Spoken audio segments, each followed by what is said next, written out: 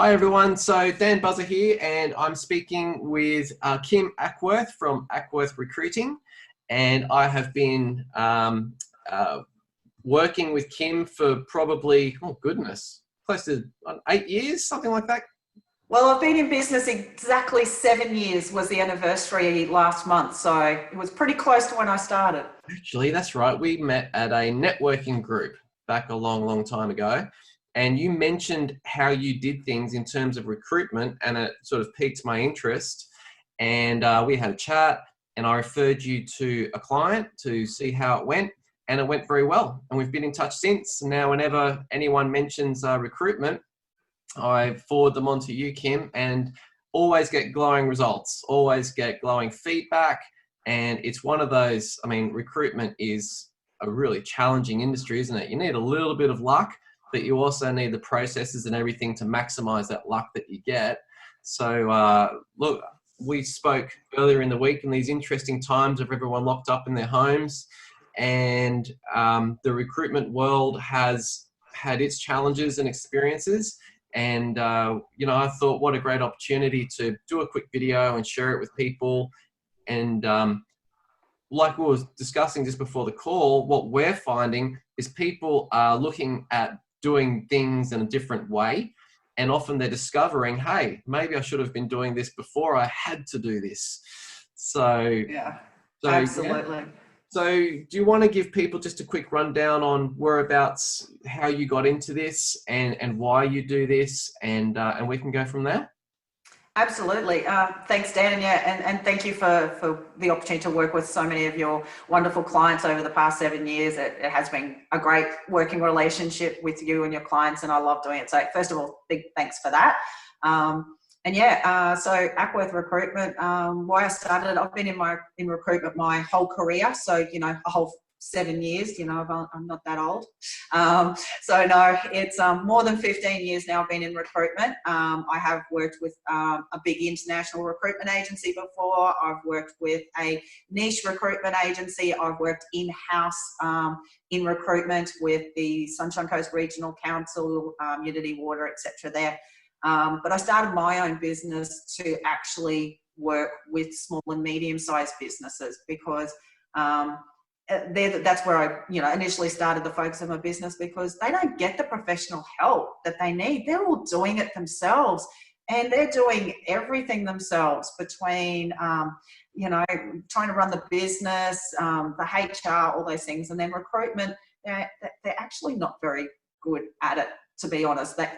Mostly because they don't have time to focus on it and get things right. So I wanted to be able to help them, but they traditionally don't like using recruitment agencies because recruitment agencies are too expensive. And I agree 100%. That percentage-based charge model for traditional recruitment agencies is just ridiculous. So I charge on an hourly rate model. So I get paid for the work that I do, and it actually builds and proves integrity with my clients as well, because I'm not about, getting somebody in a seat with them who's paid the most so I get paid more. It is about actually working with them and helping them to get who they need and understand their businesses. So that's really why I started, is to give that opportunity to the small and medium-sized business owners that hasn't been there before. It's funny listening to you say that, because that was pretty much the same experience that I had. Grew up in family business. My old man working stupid hours a week, 100 hours a week, turning to me one day and saying, "Work hard, son, and one day all this will be yours." So I left home and I went and got a job with a guy that was worth 350 million. And I just saw a completely different side of business. And then I got into franchising, and I saw systems and all that sort of stuff. And I realized that people like my dad and other people in small business had no clue what they were doing or what they were missing out on. So from my experience of taking businesses over and fixing them up and selling them, I put together my own process, and then now for the last 18 years been delivering that to people who are open to doing things differently. So there's an old saying, Mark Twain used to say, "Don't teach pigs to sing, it wastes your time and annoys the pigs." And it's so true. It doesn't matter how good your product or service is or how much you can improve their lives. If they're not open to doing something differently, it's not going to happen. And I remember Robert Kiyosaki talking about his analogy of intelligence, and it's the ability to take two opposing ideas in your mind at the same time and compare them to each other.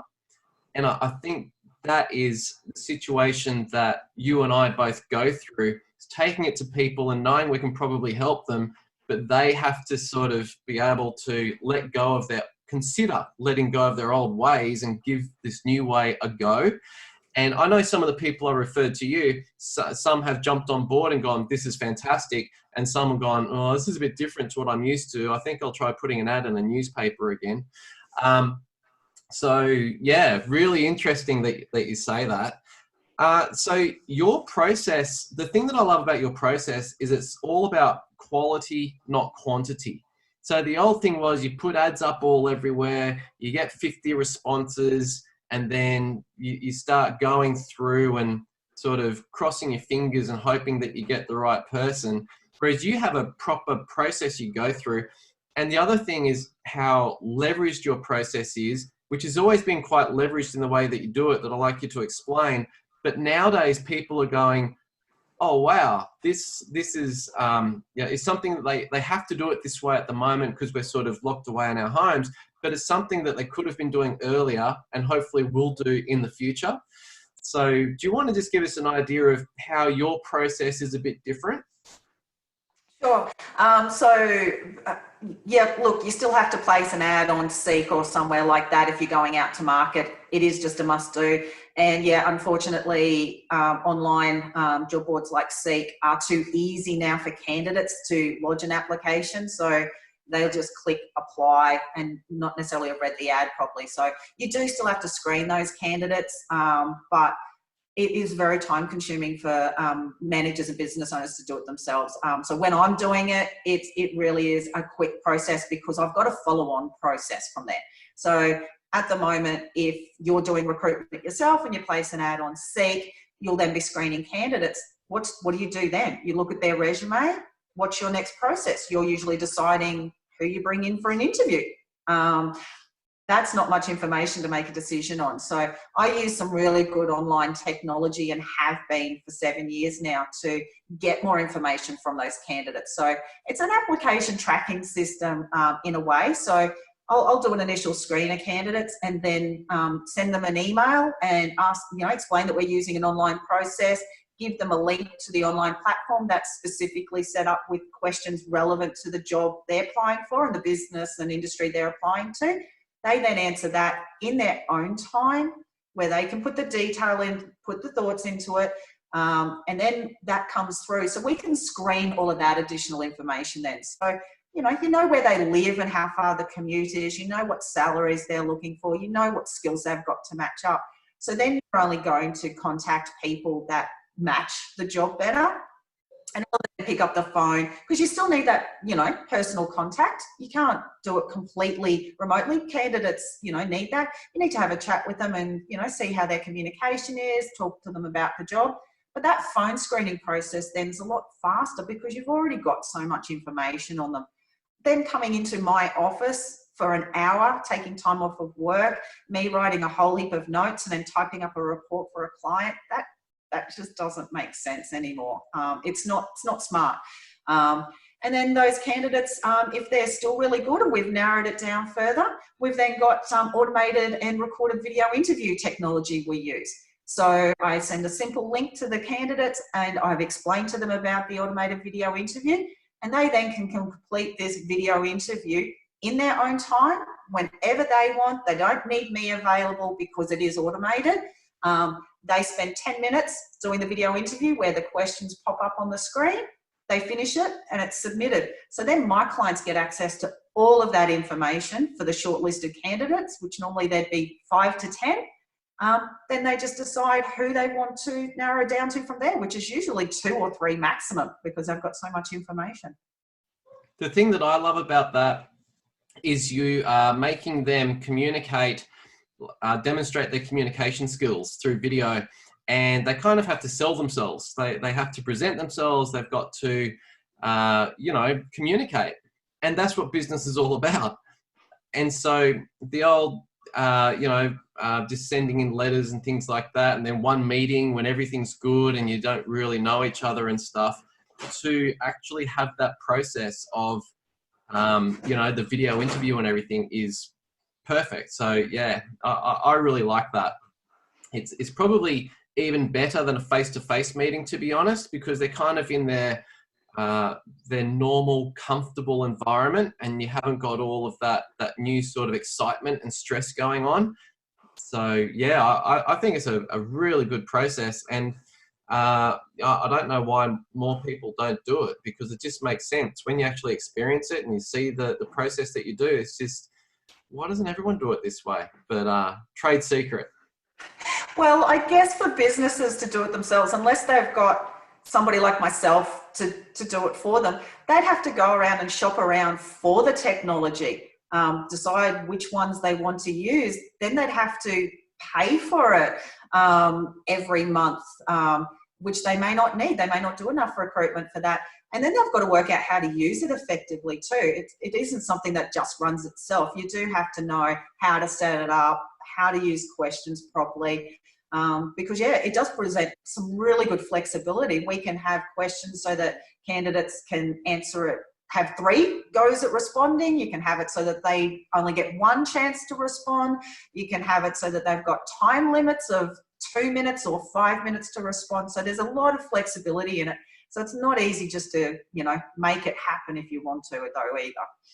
So at the moment, I'm having some good conversations with people who have been put in a position where they have to deal with issues and do things that they haven't done in the past. They've kind of got away with it. And one of the things like, you know, a cash flow forecast, database management.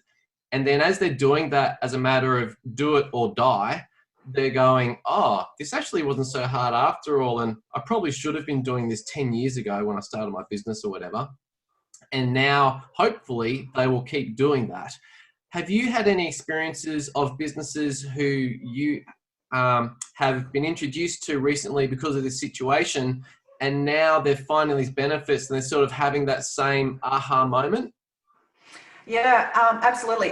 Pretty well exactly a month ago to the day, a group of business professionals that we usually used to meet face to face at on the first Friday of every month. Last month was the first time they went to Zoom with that. So we all got together on Zoom and we just sort of went around the room, so to speak, of, you know, just the usual, who you are, what you do and that sort of stuff. And I mentioned about, you know, the online technology and things. When it got around to one of the financial planners, again, I'm going to use the term in the room, it makes sense. She actually had a light bulb moment. She said, Kim, I'll be contacting you after this. She said, I'm working from home now. The firm managers working in the office in the city, but then one of the other staff, the other 2 staff are working from home as well. And they were really busy because they're financial planners, and a lot of people and, you know, retirees, everyone are needing advice at the moment with the situation that everyone's in. So they're busy, and she needed to put on a new admin person. And she said, I don't know where to start, and I don't have time, and I don't know how to do this because I'm working from home. So yeah, and I just had that other Zoom call again today because it's the first Friday of every month, and caught up with her there. They had their admin person start this week. And they're really happy. And the firm manager actually rang me this morning as well to say that he was really happy and really thankful for the process, because yeah, all they had to do was just review candidates online, and they could do that from wherever they were. They interviewed 2 people only face to face because they had all that information. And again, they could do that with the social distancing. You have a big boardroom and it's, you know, 1 person at a time. So Yeah, no, it's one of those positives that have come out of this experience, I guess. And it's interesting. And I've had quite a few people have aha moments of this is actually much easier. And why didn't we do this in the past? And we'll probably do this in the future. Hopefully they stick to that. So is there anything in particular that we're going to, each of us are going to send this out to our connections and everything. Hopefully this will be helpful for people. And if they're looking for people to recruit or what have you, there's been a few changes within a lot of businesses lately. Is there anything in particular that you are focusing on at the moment that you are looking for that someone might be able to help you with? Um, well, for me, it is, trying to, connect with those HR managers or operations managers that are really just kind of a bit shell shocked at the moment, and trying to cope with, all of the different changes. So not only are they trying to work out how to hold on their staff, do they stand them down? Don't they stand them down? How's this job keeper work? All of those sorts of things. But then when it comes time for them, if they do need to put on new staff, there's still people resigning and things that they don't have time to be looking at what online options there are for them, let alone implementing them. And they might be just going to good old Zoom to do the interviews and things like that. Then, I give a really flexible option where they can opt in, opt out on any part of the process. I am here to genuinely help get them results in a way that's effective for them. So I've got the technology all here and options available. So tap into it. And I guess it's so tempting for people to go, oh, that's a good idea. I'll just use Zoom to interview candidates. And they don't know that we call it being unconsciously incompetent. They don't know what they're getting into and all the stuff that they're missing out on. Yeah. And there's no such thing as a cheap way. Like it might look easy, but there's actually quite a process behind it. And yeah, I mean, this is a small element of a process. So for people out there that are serious about finding good people, and ultimately we know that people are the biggest expense of any business, and they can make or break a business. It's just something that you can't try to be lucky with. You have to have a proper strategy and a team around that. Just like you have your accountant, maybe a bookkeeper to manage your finances professionally and speak with a professional to make sure that you are doing things right and you're not going to dig holes for yourself that you shouldn't be. I think it's exactly the same thing with recruitment, that you should have business as a team sport, and you should have somebody like yourself who can help to professionally manage that part of the business. And I mean, the people in the business are the ones that generate the cash flow, whether it be sales or managing stock or purchasing or whatever it is. So the people are more important. Your recruitment person could well be more important than your accountant and your bookkeeper. Well, I think so. Well, it's just in order of the chain, that's where it's at. So, Yeah. it still amazes me, people who don't recognize how important it is to get that element right. So, Yeah. and I really appreciate all the help you've given us over the years. It's just so nice to be able to go, I'll send you Kim's number, have a chat with her, she'll take care of it, and I don't have to think about it anymore, and you update me later on how things are going, and I'm like, great. Yeah, no, it's been a great relationship, and I hope it will be a great relationship for another 10 years or however long we're both in business for. So no, I really do appreciate it too. And yeah, look, you're absolutely right. Unfortunately, businesses end up making decisions on staff on their gut feeling. They don't know how to get the right information so that they can make decisions effectively. They end up picking people that they like instead of people that can do the job. So yeah, people like them. People like to hire people like them, don't they? They do, or they end up getting caught out with people that have just got the gift of the gab. They present well, they're saying all the right things, but they haven't really asked them the right questions in the first place. So yeah, it's always so heartbreaking when somebody kind of manipulates the employer into hiring them, and it ends up not being a good thing for the employee or the employer. Like, it stuffs up both parties. a lot of times it's not actually about them manipulating. It honestly is that the manager, the person who's running the interviews and the recruitment process, just simply isn't planning how to get the information. They're not asking the right questions. They're not, so the person at interview is just answering honestly and, about themselves, but they haven't been asked to really delve in and respond to the critical components about the job they'll be doing. So Yeah, quite often most people aren't manipulative, and most people don't lie. Yes, you do get some, but at the end of the day, most of the time it's just that they're not asked the right questions. I haven't hired people for a long time, like in my own businesses. But one of my favorite questions was asking people what their biggest failures were. And I don't sugarcoat it. I don't say challenges or learning experiences. I say failures. And the reason why wasn't so much for the answer they gave, but how comfortable they were in sharing their failure. Because as we know, great people are sort of proud of learning from these failures or learning experiences, as Jimmy Rohn used to call it. And it was interesting how I discovered that from hiring hundreds and hundreds of people over the years. But when I mentioned that to clients about a good question to ask candidates and things like that, I don't think anyone ever said, oh, that's a really good question. They didn't see the psychology behind it. Yeah. That's the sort of stuff that a trained recruiter knows about. Yeah, and look, at the end of the day as well, I work with my clients. I'm here to support them when and how they want. I don't just say, this is how we're going to do it. I don't insist that I write the interview questions for them.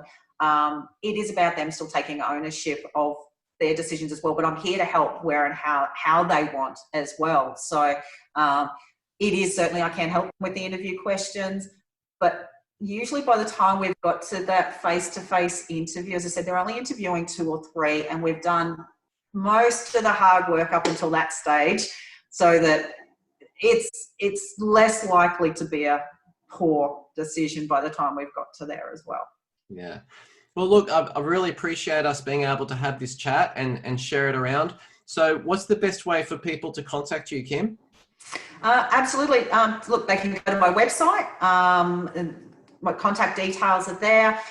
We've got Facebook. I'm on that as well. But yeah, more than happy for people to contact me directly. You can flick me an email. So email address is Kim, Kim, at Acworth Recruitment, ACWORTH, recruitment, one word.com.au. So, or they could just Google Acworth Recruitment, and they could, they'll find your LinkedIn account, your Facebook page, whatever it is, and just shoot you a message as well. Absolutely. Yep. Cool. Okay. Well, look, and if anyone who sees this isn't aware of who I am, my name's Dan Buzer. My company name's Profit Mechanics, and we're business consultants. I've got a team of quite a few people around the country these days. So there's a few dozen of us, which is fun. And what we do is we help people to see where their business is at and where they want to get to, and then the bridge in between, and to set up dashboards so they can see that. But in that process, if they need different people, for example, we will refer them to Kim, so we call it the concierge desk. So we've got a network of people that we trust will look after our clients. And that way we don't have to be experts in all these different areas. We just refer our clients to experts that we know what they're doing. And that's where Kim fits into this picture. So if anyone has any questions about that, just go to Profit Mechanics, and you can see the logo there. You'll see the Goldie, the jumping goldfish, and just reach out. Be happy to have a chat with you. But Kim, thank you so much, and we will certainly be in touch in the near future. And when this is all over, we might even be able to have another coffee together. Yeah, it's been a while. It has indeed. Okay, well, I'll end that now, and I just want to say thanks again. I really appreciate it. You're always a wealth of knowledge, and always great to chat with. Thanks, Dan. Really appreciate the opportunity to chat. Bye.